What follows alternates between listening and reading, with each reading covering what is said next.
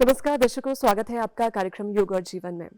दर्शकों, आधुनिक जीवन की अगर बात की जाए तो आधुनिक जीवन में सुबह लेट उठना और देर रात तक जगना, घंटों भर मोबाइल और लैपटॉप पर कार्य करते रहना, एक छत के नीचे रहते हुए भी खुद को अकेला सा महसूस करना, बच्चों का समय से पहले परिपक्व होना और गंभीर होना, घर और स्कूल तक ही सीमित रहना, साथ ही साथ बड़ों का हर समय दवाइयों और तनाव के साथ घिरे रहना, ये आम बात सी हो गई है। तो ऐसे में योग विश्व भर में एकमात्र ऐसा विकल्प बनकर उभरा है जिससे न केवल स्वस्थ और निरोग काया प्राप्त की जा सकती है, बल्कि साथ ही साथ कहा जाता है योगश्च चित्त वृत्ति निरोधः, यानी मन के सारे जो विकार है उसको भी दूर किया जा सकता है। तो इस विषय पर अधिक जानकारी देने के लिए आज हमारे साथ स्टूडियोज में मौजूद है श्रीमती मंजूषा शर्मा जी, और साथ ही साथ हमारे साथ है डेमोन्स्ट्रेटर के तौर पर भूपेंद्र जी। स्वागत करते हैं दोनों का। स्वागत है आपका जी मैम। जिस तरह से आज हमारा विषय है आधुनिक जीवन शैली में योग का महत्व, तो सबसे पहले आपसे जानना चाहेंगे किस तरह से योग जो है हमारी आज की आधुनिक जीवन शैली में एक कारगर जो है साबित हो सकता है, और क्या हमारे जीवन में इसका महत्व है? देखिए, मैं सबसे पहले योग के विषय में थोड़ा सा आपको बताना चाहूँगी कि योग की शुरुआत कहाँ से हुई और कब हुई। योग शब्द की उत्पत्ति संस्कृत की युज धातु से हुई है, जिसका अर्थ है जोड़ना अथवा मिलाना, और पारिभाषिक तौर पर यदि हम कहें तो आत्मा का परमात्मा से मिलन ही योग है।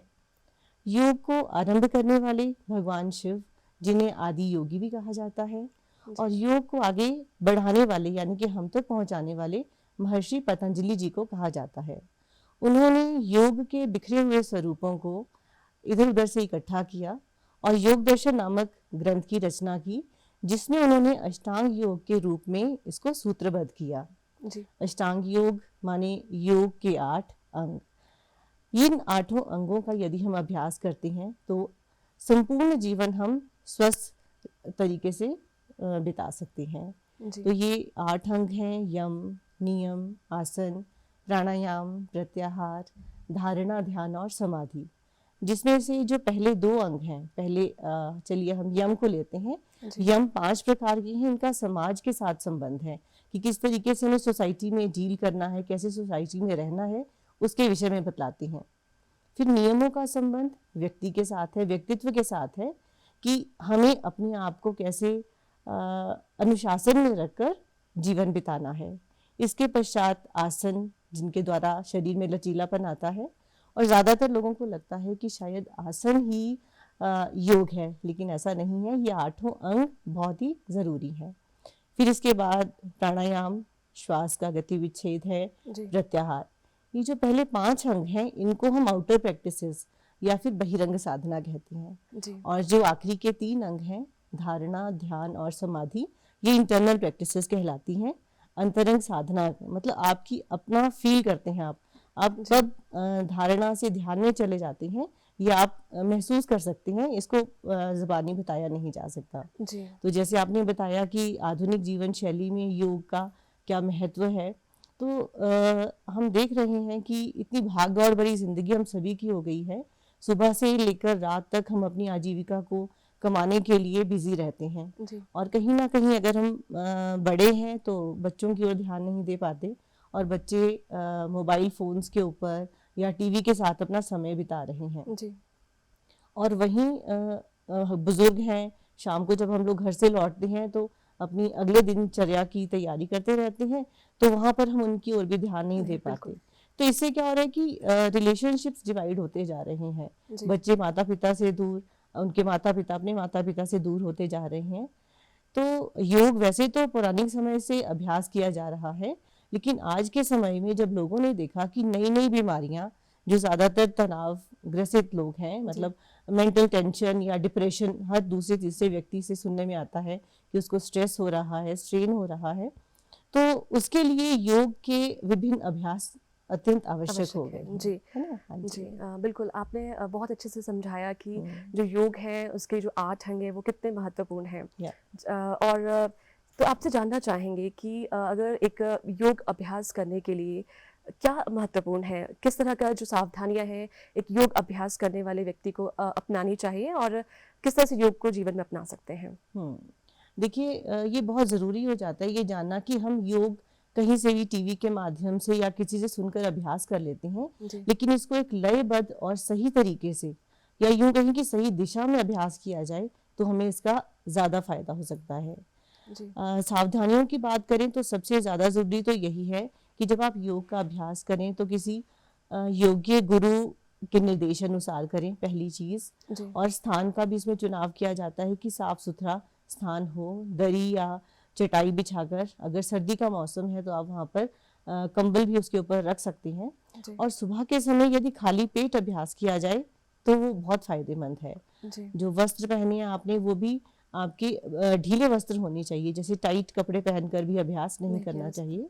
जी, और सबसे ज़्यादा ज़रूरी चीज़ जो ध्यान में रखनी होती है, क्योंकि हम कई बार जब बात करते हैं तो कहते हैं अच्छा मैं योग शुरू कर देता हूँ, जी, लेकिन अगर आपका ऑपरेशन हुआ है 2 3 4 महीने पहले तो आप थोड़ा सा योग के आसनों को अवॉइड ज़रूर करें, ये बहुत जी, ज़रूरी चीज़ है यानी ना? हल्का हाँ, हल्का व्यायाम आप कर सकते हैं, लाइक जिससे जिस पोर्शन पर आपका ऑपरेशन है वहाँ पर दबाव नहीं नहीं पड़े, पड़े। पर फिर भी आप योग शिक्षक की सलाह लेकर ही योग का अभ्यास करें। जी, जी। जैसा कि आपने कहा कि एक उपयुक्त जो वातावरण है वो होना ज़रूरी है।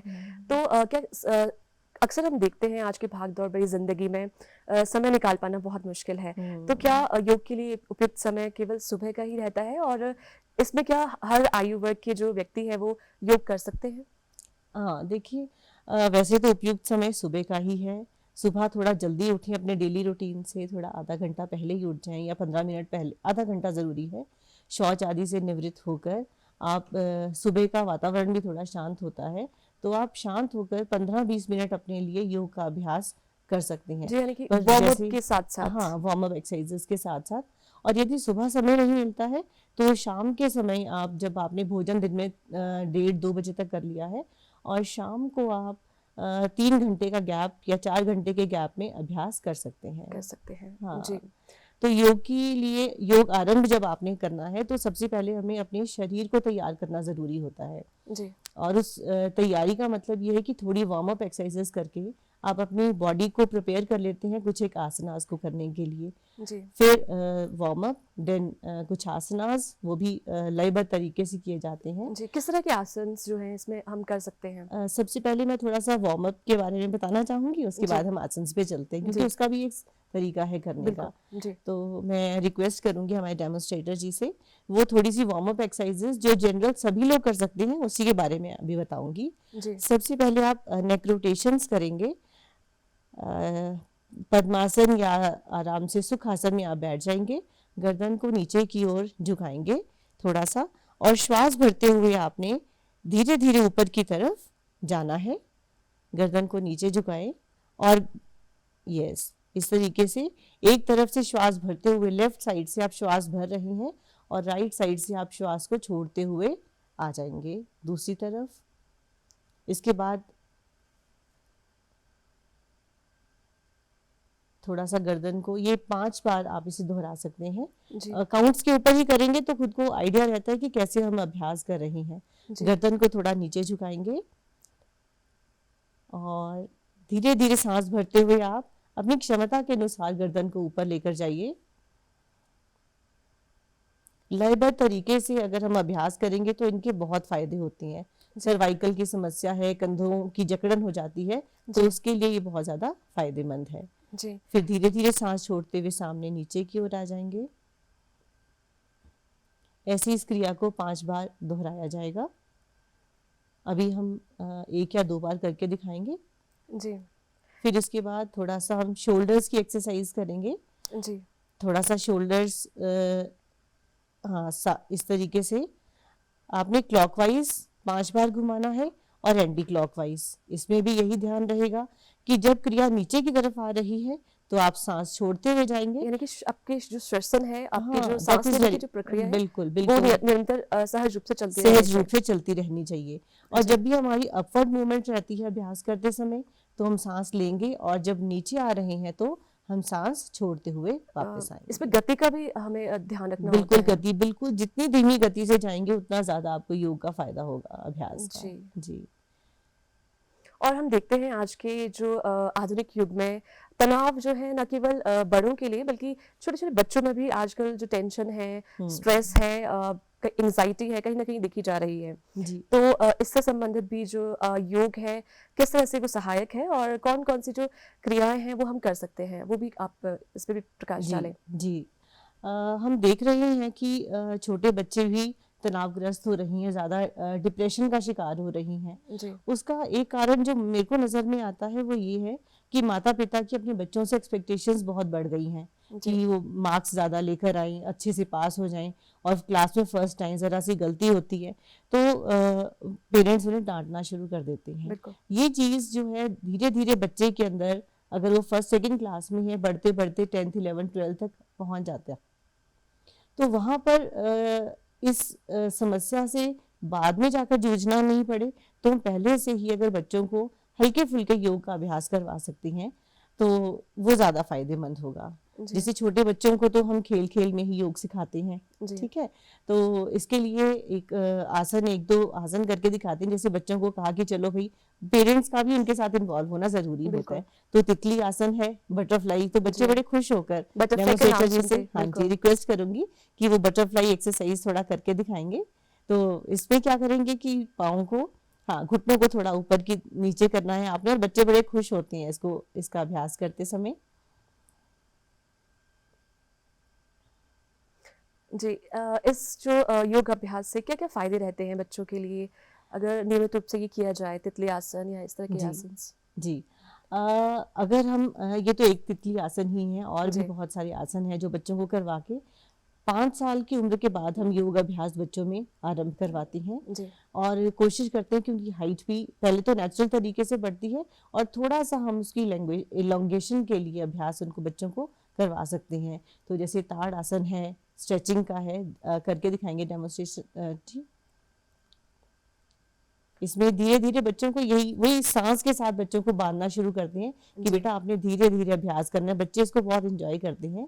ताड़ जी। आसन है, जो ताड़ आसन है, इसके क्या-क्या फ़ायदे रहते हैं? ये बच्चों में सबसे पहले तो हाइट बढ़ाने में सहायक है, ठीक जी, है? और कंधों की स्ट्रेचिंग हो जाती है, मांसपेशियों के अंदर जो तनाव होता है, वो आता है, और धीरे-धीरे जब वापस आएँगे, तो धीरे-धीरे वो कम होना शुरू हो जाता है। जी, क्योंकि तो आजकल बच्चे जो हैं वो इंडोर गेम्स में इंडोर गेम्स के ज़्यादा अंदर ज़्यादा इन्वॉल्व इन्वॉल्व्ड है। जी, हाँ जी। इसी तरीके से एक अर्धचंद्रासन है, उसको भी हम आपको दिखाते हैं। अर्धचंद्रासन में थोड़ा-सा जैसे आधा चंद्रमा होता है, उस तरीके से हल्का-सा ही हम पीछे की तरफ बेंड होंगे, और साँस भरते हुए पीछे जाना है और साँस छोड़ते हुए वापस आ जाएँगे। ये भी जी, मतलब ज़्यादातर ऐसा माना जाता है कि जो हमारी रीढ़ की हड्डी है, अगर वो फ्लेक्सिबल है तो हम स्वस्थ हैं। तो जी, all side movement exercises like ऊपर की तरफ स्ट्रेचिंग है, बैकवर्ड स्ट्रेचिंग है, फिर पादहस्त आसन में जब सामने की ओर झुकेंगे, जी, ये अर्धचंद्रासन की दूसरी क्रिया है। जी, चलो एक बार पीछे झुके हैं, फिर दाईं ओर और फिर बाईं बाईं ओर, ओर। तो साइड की सभी मांसपेशियों की इसके अंदर स्ट्रेचिंग हो जाती है। जी, जी अक्सर हम देखते हैं आजकल जो मौसम बदल रहा है उसमें इम्यूनिटी का सबसे बड़ा जो है वो इश्यू रहता है। तो इसमें बच्चों की इम्यूनिटी के लिए अगर बात की या बड़ों की इम्यूनिटी के लिए बात की जाए, तो किस तरह के आसन जो हैं, योग क्रियाएँ हैं, सहायक रहती हैं? देखिए, इम्यूनिटी की यदि हम बात करते हैं तो कोविड के बाद से तो मुझे ऐसा लग रहा है कि बहुत ज़्यादा कमज़ोर हो गई जी, है ना?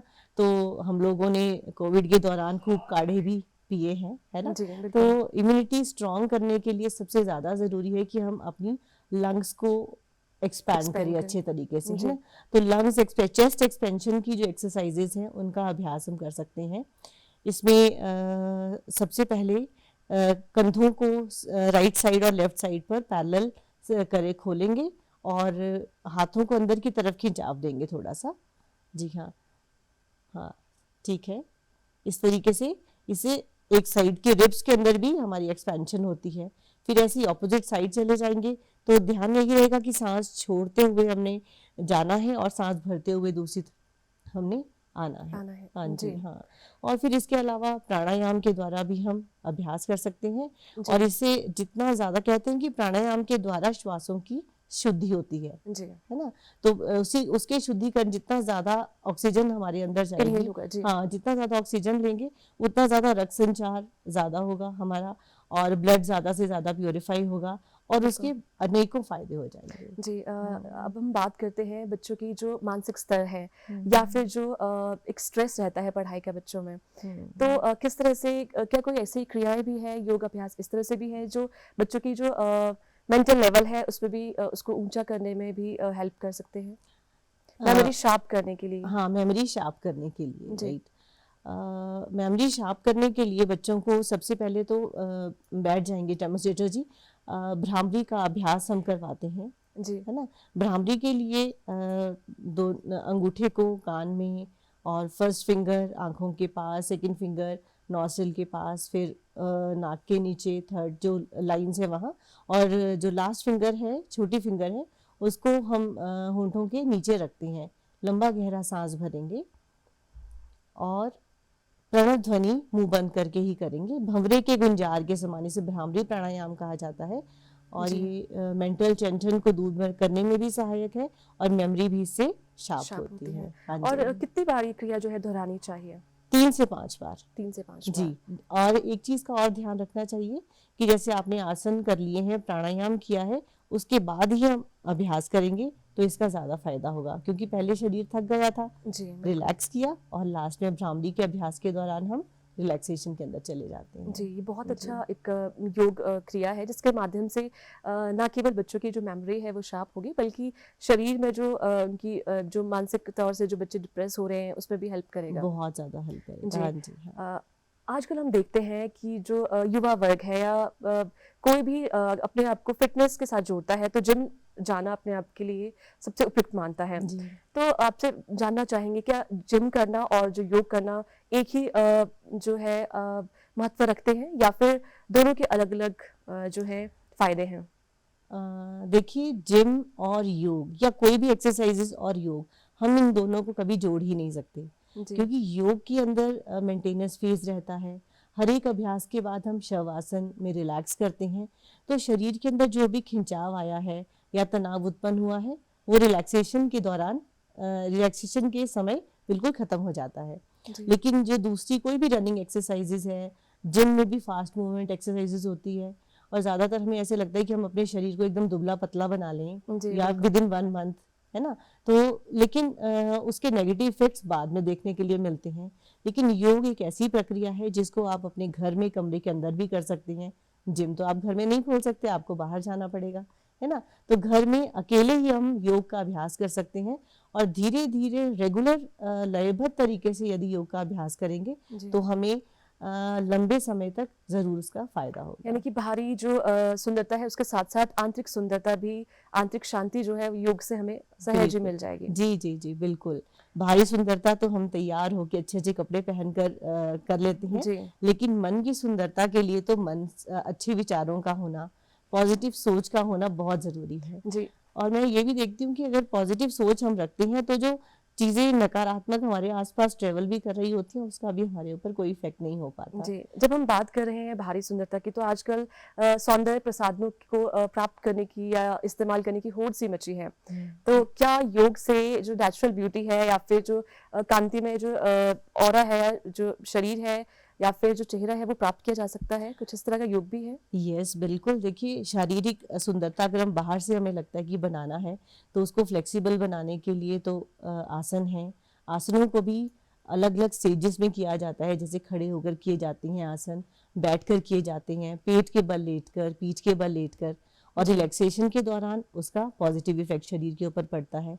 फिर इसके बाद प्राणायाम है, जिनसे शरीर के अंदर की सारी गंदगी, शरीर में जैसे 3 प्रकार के दोष विद्यमान हैं, वात, पित्त और कफ। या जी। वात यानी कि वायु, पित्त यानी कि गर्मी, और कफ यानी कि श्लेष। जी। इन तीनों के इम्बैलेंस से ही हम बीमार होते हैं, और अगर ये तीनों समावस्था में शरीर में रहेंगे तो हम बीमार भी नहीं पड़ते हैं, है ना। जी। तो आसन और प्राणायाम के द्वारा हम अपने शरीर की बाहरी सुंदरता और आंतरिक सुंदरता दोनों को बनाए रखेंगे।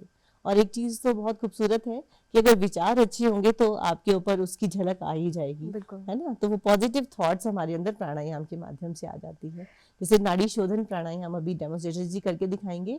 ये प्रत्येक बीमारी में भी इसका अभ्यास किया जा सकता है, लेकिन तरीका क्या है कि लयबद्ध तरीके से और धीमे धीमे स्वतः ही सांस को अंदर आने देना है और स्वतः ही जाने देना है। इसके अंदर जैसे चिन्ह मुद्रा बनाएंगे हम लेफ्ट हाथ की, और राइट हाथ में पहली और जो दूसरी उंगली है उसको माथे पर रखेंगे या फिर मुट्ठी के अंदर बंद कर सकते हैं। तो अंगूठे वाली साइड से राइट नॉस्ट्रिल को हम बंद करेंगे, लेफ्ट से धीरे धीरे सांस को अंदर भरेंगे और जितना भर सके उतना भरा, और उसके बाद ऑपोजिट साइड से सांस को हम छोड़ देंगे। फिर जिस साइड से हमने छोड़ा है उसी साइड से धीरे धीरे सांस अंदर भरना है और दूसरी साइड से सांस को छोड़ेंगे। ऐसा मतलब लेना छोड़ना छोड़ना और फिर से लेना, ये एक राउंड हुआ। ऐसे 9 राउंड्स अगर आप करते हैं तो बहुत ही बेनिफिशियल है। मिनिमम आपको 9 राउंड्स जरूर करने चाहिए। और यही एक प्राणायाम है जिसके द्वारा हमारा लेफ्ट ब्रेन और राइट ब्रेन जो है वो बैलेंस होता है। और इसकी बैलेंसिंग से हम कोई भी काम सही ढंग से करने में सक्षम होते हैं। तो मुझे लगता है कि हर एक व्यक्ति को इसका अभ्यास तो हर रोज जरूर करना चाहिए। जी जी। और जिस तरह से आजकल हम देखते हैं कि चाहे वो बच्चे हैं, बुजुर्ग हैं, किसी भी वर्ग के जो व्यक्ति हैं, वो कहीं ना कहीं मोबाइल फ़ोन या इलेक्ट्रॉनिक गैजेट्स के साथ, लैपटॉप के साथ कार्य करते रहते हैं। कार्यस्थल पे भी जो सीधा सीधा दबाव जो है आंखों पर पड़ता ही रहता है।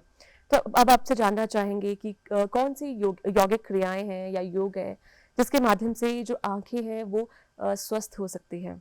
जी, आंखों की ज्योति को बढ़ाने के लिए योग के अंदर चक्षु शक्ति विकास की क्रियाओं के बारे में बताया गया है। डेमोन्स्ट्रेटर जी करके भी दिखाएंगे इसको।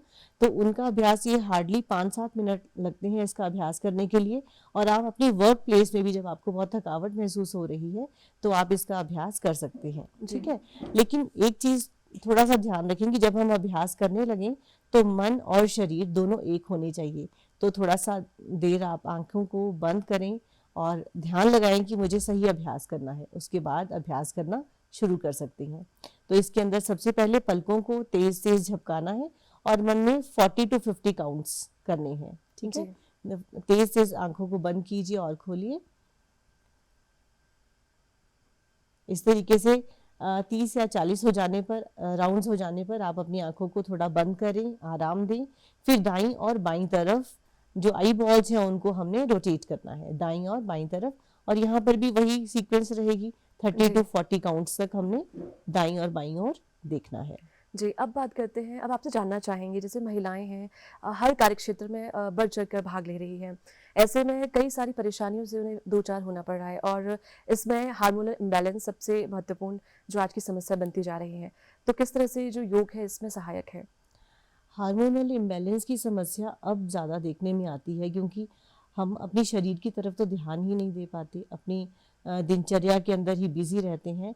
तो 35-40 ईयर्स की एज में ही ऐसा होना शुरू हो गया है और गर्ल्स में भी अर्ली एज में ही ये प्रॉब्लम शुरू हो जाती है। अदरवाइज पहले 14 ईयर्स की एज हुआ करती थी जी। तो दोनों ही समय में, पहले भी और बाद में भी। अब इस समय क्या होता है कि हमें पता नहीं चल पाता है, लेकिन इमोशंस का बहुत इफेक्ट होता है।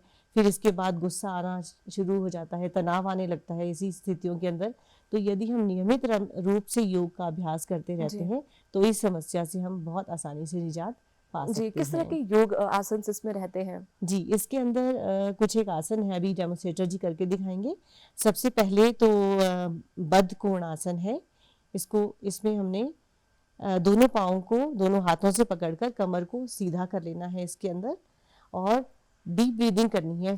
5 ब्रेथ हम लंबे गहरे, लेकिन बहुत दबाव देकर नहीं, जिससे आपको शांति मिले उतना ही आपने अभ्यास करना है जी। इसके बाद वापस आ जाएंगे और सेतु बंद आसन, ये बहुत ही हेल्पफुल है महिलाओं के लिए जी। पीठ के बल लेटकर किया जाता है इसका अभ्यास। दोनों पाँव को मोड़ लीजिए, बीच में से बॉडी को ऊपर की ओर उठाना है और हाथों से हमने हमारी जो एड़ियां हैं उन्हें पकड़ लेना है। आसन का अभ्यास हमेशा ही शरीर की क्षमता के अनुसार ही करना चाहिए। जी, अगर आपको थकावट अगर आप थक रहे हैं, पहली बार में आप नहीं ऐसा अभ्यास कर पा रहे हैं, आप उसी समय वापस आएं और शवासन के अंदर आराम करें। और जी। ये ज़रूरी है कि हर एक आसन के बाद रिलैक्सेशन के लिए शवासन या मकर आसन, पेट के बल अभ्यास किया जा रहा है तो ज़रूर करें। जी, यानी कि शवासन जो है वो एक अंतरिम कड़ी रहती है किसी भी योगाभ्यास के योग, बाद। हाँ, प्रत्येक आसन या प्राणायाम आसन के बाद तो ज़रूर करें, ताकि उस समय जो आपको तनाव या खिंचाव महसूस हुआ है शरीर के अंदर, वो बिल्कुल ही एकदम ऐसा लगे ही नहीं कि आपने पहले कोई अभ्यास किया जी था। इसमें एक और आसन है भुजंगासन, जी। तो उसको भी हम करके दिखाते हैं। और जैसे मैंने कहा है कि आसन का अभ्यास आपने और ज़बरदस्ती, झटके से, खिंचाव से बिल्कुल नहीं नहीं करना है। करना है, बिल्कुल। जितना शरीर आपका आपको अलाउ करता है, उतना ही आपने करना यानी है। आधुनिक जीवन शैली में योग बहुत बड़ा रोल अदा कर रहा है बिल्कुल, और हाँ जी। आपने आज स्टूडियो में आकर हमारे दर्शकों को भी योग से और योगिक क्रियाओं से अवगत करवाया, उसके लिए हम आपका और हमारे डेमोन्स्ट्रेटर जी का धन्यवाद करते हैं। बहुत-बहुत धन्यवाद। आज कार्यक्रम में बस इतना ही, दीजिए इजाज़त, नमस्कार।